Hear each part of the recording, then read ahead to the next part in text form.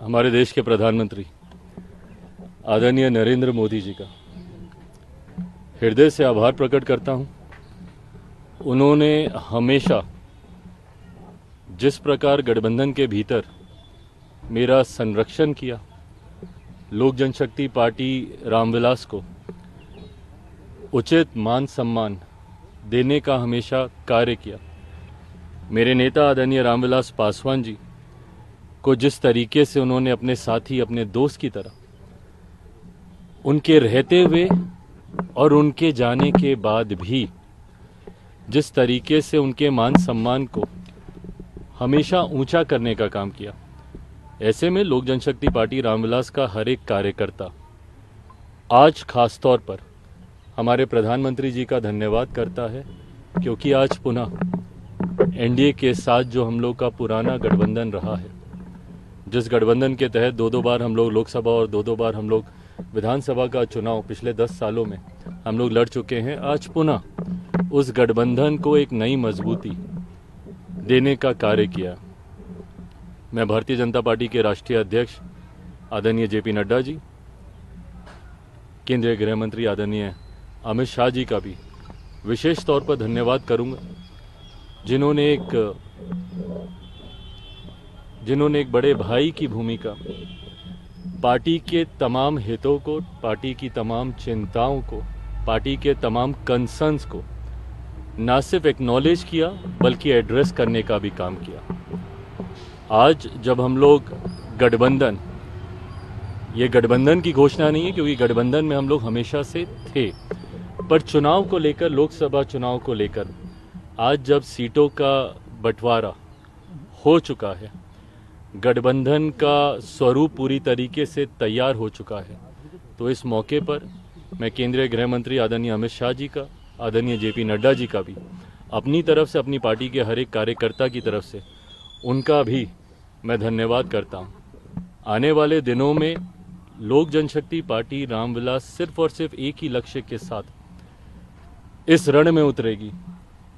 कि बिहार की 40 सीटें हमारा एनडीए गठबंधन जीतेगा और देश में 400 सीटें जीतने का जो लक्ष्य है, ईमानदारी से मैं बोलूं, मुझे कई बार ये लक्ष्य छोटा भी लगता है और ये ओवर कॉन्फिडेंस नहीं है। ये जब आप गांव-गांव जाते हैं, घर घर जाते हैं, और क्योंकि हाल फिलहाल के दिनों में न सिर्फ बिहार में बल्कि विभिन्न और राज्यों में भी पार्टी के कार्यक्रमों में मैं गया हूं, ये मेरा विश्वास वहां से आता है कि ये 400 का लक्ष्य ना सिर्फ हम लोग पार करेंगे बल्कि बिहार में जो पिछली बार एक सीट किसी कारणवश हम लोग की रह गई थी, इस बार 40 की 40 सीटें एनडीए का ये गठबंधन मिलकर जीतेगा। सर 2014-2019 का जो फॉर्मूला था सीटों को लेकर, क्या उसको लेकर कुछ आप बता पाए कि 2014 सीटों पर बात बनी, आपने ट्वीट किया है कि सहमति बन गई, कितने सीटें यहाँ पे पार्टी को मिलेंगी? भाई हकीकत है, मैं दोहराता हूँ जो मैं बार बार मैं कहता हूँ कि मैं गठबंधन धर्म की मर्यादा को तोड़ूंगा कि मैं कोई भी बात सार्वजनिक आप लोगों के साथ पहले कर लूं, जबकि गठबंधन और आप लोगों ने देखा है कि हमेशा से 2014 में भी गठबंधन के तमाम साथियों ने बैठकर इसकी घोषणा की, 15 में भी विधानसभा के चुनाव में भी हम लोगों ने ऐसा ही किया, 19 में भी ऐसा ही रहा, 20 में भी ऐसा ही रहा। मुझे लगता है बहुत जल्द गठबंधन के तमाम साथी वो सब एक साथ बैठकर न सिर्फ सीटों की बल्कि सीटों का चयन भी हो चुका है, उसकी भी घोषणा हम सब साथ मिलकर करेंगे। हाजीपुर को लेकर एक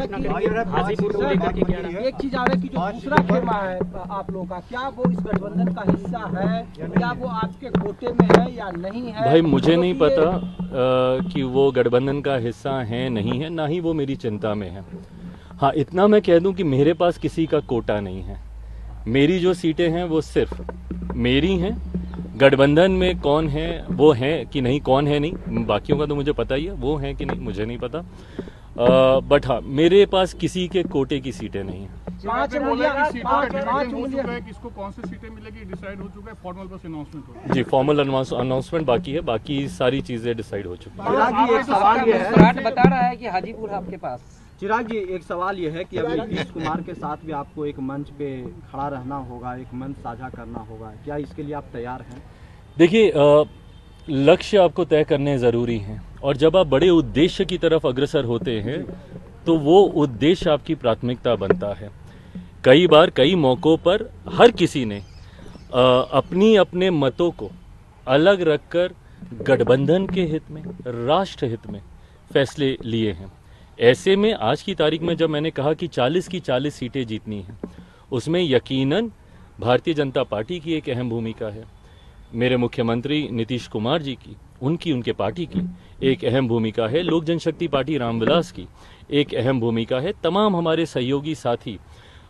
इस गठबंधन के जितने भी और घटक दल हैं उन सब की एक अहम भूमिका है। ऐसे में हम सबको एक मंच पर आकर एकजुटता दिखाकर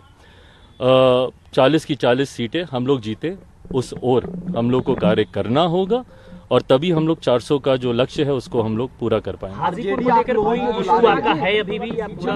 जमुई से बहुत लोग पूछ रहे हैं, कह रहे हैं कि इस बार क्या हमारे नेता जमुई को रिप्रेजेंट करेंगे या नहीं करेंगे? 14 ये अब क्योंकि अब सीटों का बंटवारा हुआ है और बहुत खूबसूरती से आपने प्रश्न पूछा ताकि पता चल जाए कि मेरे पास कौन कौन सी सीटें हैं। बट हाँ, जो भी सीटें लोक जनशक्ति पार्टी रामविलास के पास आई हैं उनमें कौन प्रत्याशी होगा ये पार्टी बैठकर इसका फैसला लेगी, पार्टी का संसदीय बोर्ड इसका फैसला लेगा और वो भी मुझे लगता है it's just a matter of time, because अब अधिसूचना मुझे लगता है जल्द आएगी, तो बहुत जल्द ये सारी बातें भी साझा की जाएंगी।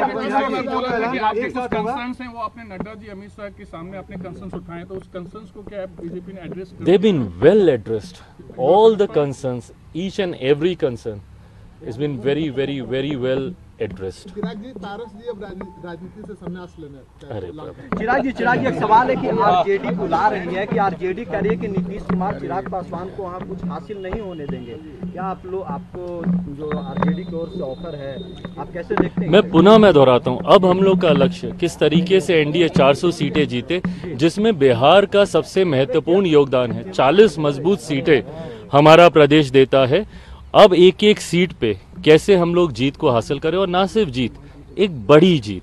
पिछली बार 19 में भी आपने देखा होगा हर सीट पर हम लोग का मार्जिन कितना खूबसूरत था। उस बड़े मार्जिन की जीत और मेरे मुख्यमंत्री जी के इस गठबंधन में आने से यकीनन ये बात तो हुई है कि जीत का जो मार्जिन है वो हर सीट पे हम लोग का बढ़ेगा और एक बड़ी जीत की ओर एनडीए गठबंधन बिहार में और देश में अग्रसर होगा, ये विश्वास है। जी न्यूज़।